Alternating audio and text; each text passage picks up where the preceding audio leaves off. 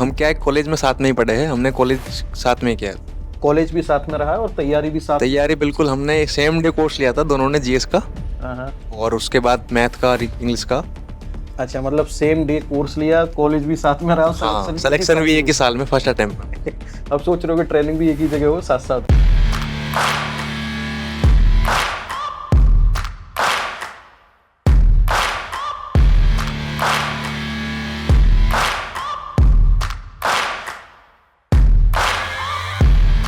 नमस्कार दोस्तों, selected student की सीरीज में आज हमारे साथ दो नए स्टूडेंट जुड़े हुए हैं जिनका हाल ही में एसएससी सीजीएल में सिलेक्शन हुआ है।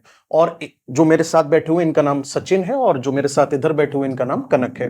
दोनों ही स्टूडेंट हमारे साथ कौन से सन से जुड़े हुए हैं? सर, मार्च 2023। मार्च 2023 से जुड़े हुए हैं और शायद मुझे सर ने बताया भी कि आप दोनों साथ में क्लासमेट भी रहे हैं। जी सर, अरे बहुत बढ़िया बात है।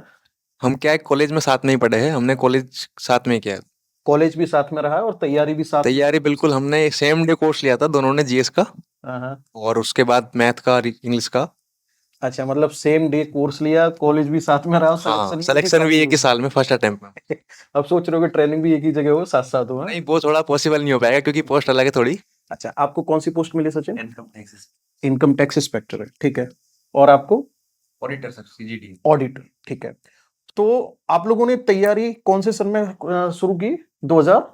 सर, बैच तो हमने मार्च 2023 में ले लिया था, लेकिन हमारी क्या लास्ट ईयर की एग्जाम थी सितंबर 2023 में, तो उसके बाद से हमने सीरियसली पढ़ाई शुरू करना उसके बाद किया था। अच्छा, तो लगभग हमें अप्रोक्स 1 ईयर का टाइम लगा है मिनिमम, क्योंकि सितंबर में प्री का पेपर था सीजीएल का और जनवरी 2025 में मेंस का पेपर था। तो कनक, आपने एसएससी के साथ साथ किसी और एग्जाम पर भी फोकस किया या फिर ये था कि मुझे एसएससी में ही जाना है? एसएससी में सर सीजीएल, सीएचएसएल, 2-3 एग्जाम में एमटीएस, तो उसमें क्या होता है, अपन अगर अलग अलग करते हैं ना तो उसमें दिक्कत है। आप सब्जेक्ट वाइज पढ़ो, जैसे कि आपको जीएस पढ़ना है तो उसी में हिस्ट्री पढ़ो, पॉलिटी पढ़ो, क्योंकि सर सिलेबस वही है, टॉपिक सारे वही है, खाली हल्का फुल्का अगर अंतर है लेवल का है वो खाली। तो आप अलग अलग टारगेट करके चलोगे तो वो अलग है। आप सब्जेक्ट वाइज चलो कि मुझे हिस्ट्री पढ़नी है, पॉलिटी कंप्लीट करनी है, ज्योग्राफी कंप्लीट करनी है, ऐसे सर। तो अच्छा, जैसे कि हम तो जीएस वाले टीचर हैं तो मैं तो जीएस के सेक्शन पे ही बात करना चाहूंगा। अभी ज्यादातर स्टूडेंट की, जैसे मैं ऑनलाइन भी क्लास ले रहा हूँ, ऑफलाइन भी ले रहा हूँ, 2 से 3 पॉइंट होते हैं जो एज ए स्टूडेंट सारे लोगों की डाउट भी रहते हैं और वो जिन चीजों को लेकर परेशान हो रहे होते हैं। तो मैं एक एक करके आपसे पूछना चाहूंगा और आपसे भी पूछना चाहूंगा, तो दोनों का क्या व्यू रहता है उस चीज को लेकर के, जिससे कि जो आगे आने वाले स्टूडेंट हैं उनको हेल्प हो पाए। जीएस में सबसे बड़ा ये होता है कि पहला पहला डाउट तो यही होता है, अगर जैसे कि हम मैथ्स वाले स्टूडेंट है तो क्या हमारे नंबर आ पाएंगे या नहीं आ पाएंगे। नंबर आ पाएंगे, या फिर ये कि कभी कभी ये भी लगता होगा कि मैथ पढ़ना है, मैथ रीजनिंग पढ़ना है, है, रीजनिंग है, फिर उसका इंग्लिश भी है, उसमें वोकैब भी है, सारा कुछ है, तो जीएस पढ़ना कहाँ तक उचित है, टाइम हमारे पास टाइम नहीं कितना बचता है, है। क्योंकि सर इसमें आउटपुट थोड़ा कम है, लेकिन आपको एक बार कम से कम फुल सिलेबस करना पड़ेगा। उसके बाद आप नोट्स बनाओ अच्छे से, उनके बाद आप मॉक टेस्ट देते हो, क्वेश्चन प्रैक्टिस करते हो, तो उसी में ऐड ऑन करना है सर। उसमें जीएस में ये होता है कि अपन ने एक बार कर लिया तो अभी लगता है कि पूरा हुआ नहीं है, अभी याद आया और कहीं से पढ़ लिया अपन। तो जीएस का मैटर जितना पढ़ोगे उतना कम है। आप एक टीचर पकड़ो, जैसे कि मैंने स्पेशल बेस लिया था जीएस का, उसमें पूरा सिलेबस कंप्लीट कर लिया। उसके बाद नोट्स में ही जो भी मुझे नया मिलता था मॉक टेस्ट के जरिए जहाँ से भी, तो उसी में ऐड ऑन करता था सर मैं। तो ये बेस्ट सोर्स है आपका जीएस पढ़ने का, क्योंकि आप जितने ज़्यादा मल्टीपल सोर्स लोगे उतने कम आपके डाउट ज़्यादा बढ़ता जाएगा आपका। नहीं, फिर वहां पे एक कंडीशन और बनती है स्टूडेंट के साथ में, उसका ना माइंड कंपैरिजन में चला जाता है कि इन्होंने ये बता दिया, वो बता दिया, चीजें वही हैं, सारे पढ़ाने वाले लगभग वही हैं, कंटेंट चेंज कोई नहीं करेगा, लेकिन वो स्टूडेंट ना एक कंपैरिजन फॉर्म में चला जाता है सर जहां वो अपने आप को परेशान कर रहा होता है। क्योंकि सर कंटेंट है ना, 90 to 95% ऑलमोस्ट सेम होता है। बस आपको पढ़ाने का तरीका, टीचर से आपकी बॉन्डिंग कितनी बन पा रही है, इतनी नहीं बन पा रही, उसका फर्क पड़ता है खाली बस। तो आप एक भी टीचर जो आपको पसंद है, जैसे कि हमने पढ़ा इस स्पेशल बेस से तो हमें अच्छा लगा, उसी को कंप्लीट करो पूरा सिलेबस एक बार बिना किसी डाउट के। आप डाउट अच्छा। में रह जाते हो कि ये कंप्लीट पढ़ा पाएंगे सर, हमें नहीं पढ़ा पाएंगे, कितना हो पाएगा नहीं हो पाएगा। एक बार आप वो सब चीज़ साइड में रख के सिलेबस पूरा करो। उसके बाद नोट्स अगर आपके तैयार है तो आप उसी में ऐड ऑन करो और कंप्लीट करो। आपने साथ के साथ नोट्स बनाए थे? हाँ सर, साथ के साथ नोट्स बनाए थे, और अब तो उसमें जैसे कि आप वो पीडीएफ देते थे, तो उसको अगर रह जाता है बाई चांस, तो लाइव क्लास सर मैं कम लेता था, रिकॉर्डेड ज़्यादा लेता था, अगर रह जाता था तो मैं पढ़ लेता था। अच्छा अच्छा। उसके अच्छा, जो आपका स्टडी रूटीन है उसमें पर डे टाइमिंग होती थी जी जीएस सर, के लिए? ये शुरू में सर क्या था, मैं वैसे मंथली बनाता था कि एक महीने में मुझे ये टारगेट पूरा करना है, इतना करना है, तो वो सर फॉलो नहीं हो पाता था। तो मैंने फिर क्या करा, रोजीना में सुबह उठ के जो भी पूरे दिन में अपने को जो भी टारगेट बनाने वो बना के मैं नोट कर लेता था, और उन्हीं को पूरा करना होता था, मेरा डेली बेस्ड टारगेट होता था। तो जीएस में सर क्योंकि हम मैथ वाले स्टूडेंट हैं तो जीएस हमारी भी शुरू से ही कमजोर रही है, 10th के बाद सीधा हमें अभी पढ़ने का मौका मिला है। तो शुरू में 3 से 4 घंटे टाइम जीएस को देना पड़ेगा, क्योंकि क्लास लोगे आप, 2 क्लास पर डे लेते हो तो 2 घंटे मिनिमम उसमें चाहिए आपको।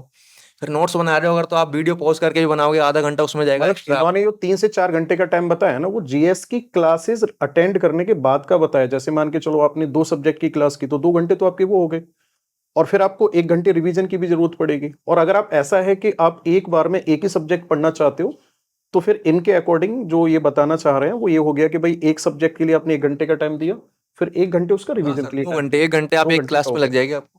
मतलब ओवरऑल मैं इस बात को अगर समराइज करना चाहूंगा तो सेंस ये निकल कर आ रहा है कि अगर आप लाइव क्लास अटेंड कर रहे हैं या रिकॉर्डेड क्लास अटेंड कर रहे हैं, तो उसके बाद में ऐसा नहीं है कि केवल और केवल क्लास अटेंड करने से ही चीजें तैयार हो जाएंगी। सर अलग से आपको रिवीजन के लिए भी टाइम देना बिल्कुल पड़ेगा। सर। बिल्कुल बिल्कुल। अच्छा सचिन, अब आप बताओ, तो आपका क्या स्टडी रूटीन रहता था? पर डे आप कितने घंटे पढ़ाई करते थे? 8 to 10 आवर्स तो पर डे करता था।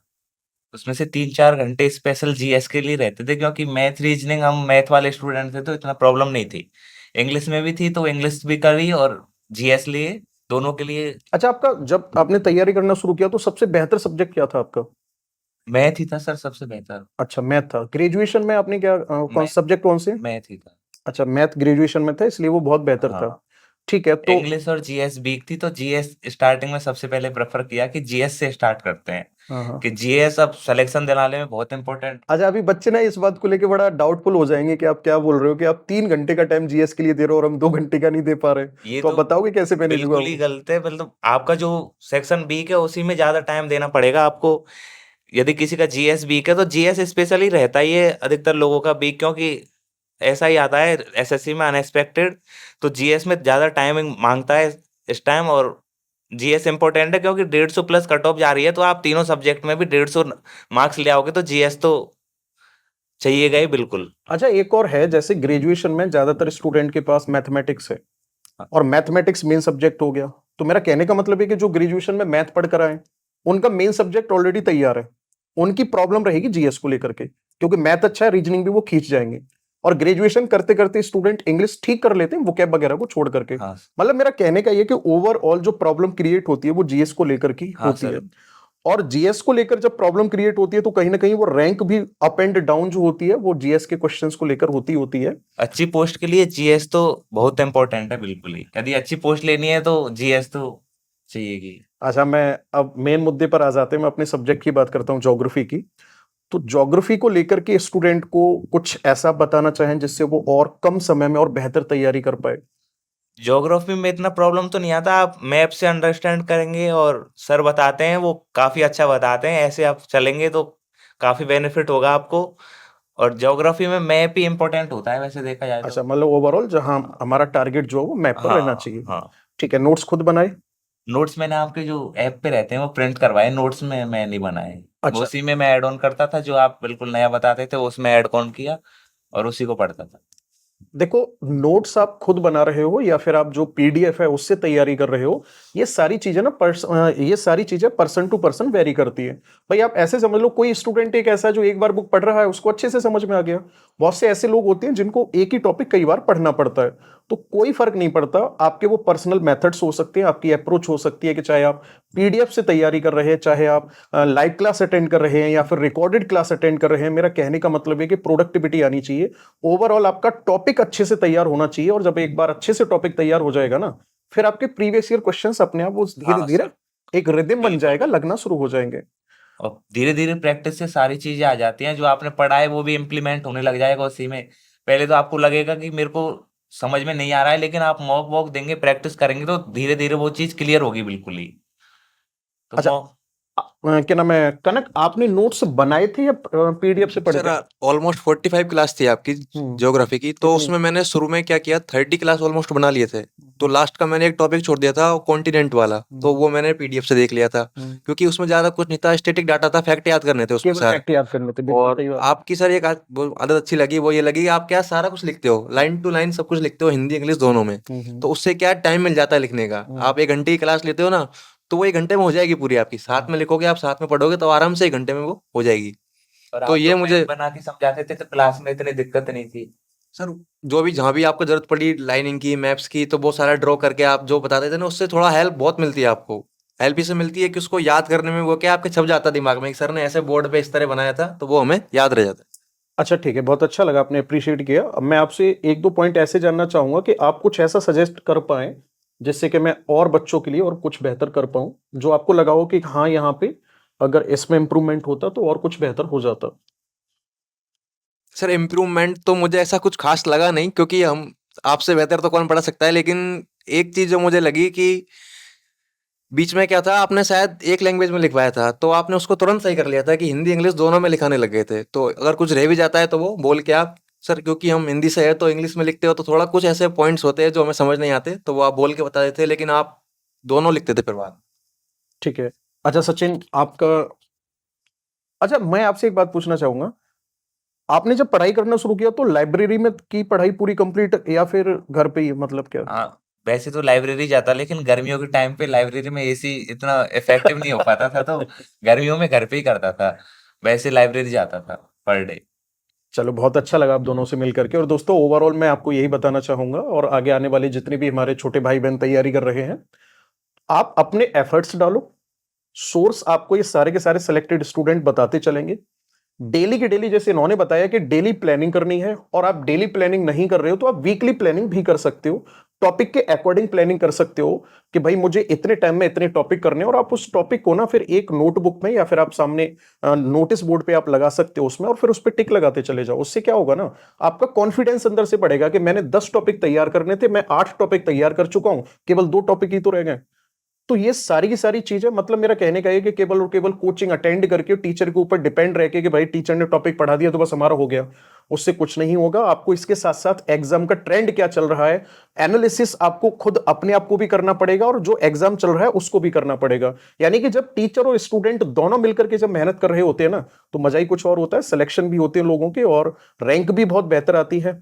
बाकी अब आगे का क्या मूड है, तैयारी रहेगी या फिर ठीक है कुछ दिन अब सुकून से रहना है? अभी तो सर थोड़ा टाइम तो सुकून से रहना है, ज्वाइन करके एक बार, उसके बाद फिर देखेंगे अगर आवश्यकता पड़ी तो। चलो बहुत अच्छा लगा आप दोनों से मिलकर, शुक्रिया भगवान सर। आप सबको खुश रखे। Thank you so much.